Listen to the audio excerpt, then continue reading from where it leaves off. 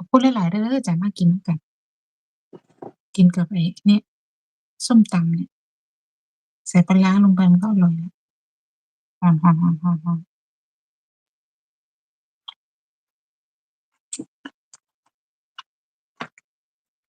ๆๆปลาร้ากับกระเทียมไม่ใส่อันนั้น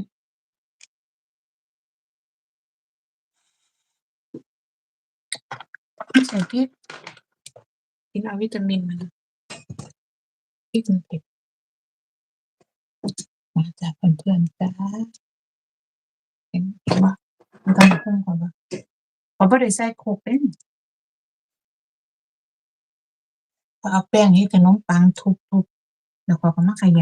ำแซ่บคือเก่าจ้ะพี่น้องจ้ะต้องไปเรื่องมากกับการกิน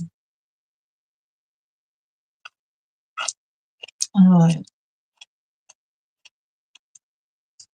บ่ได้เอาผัก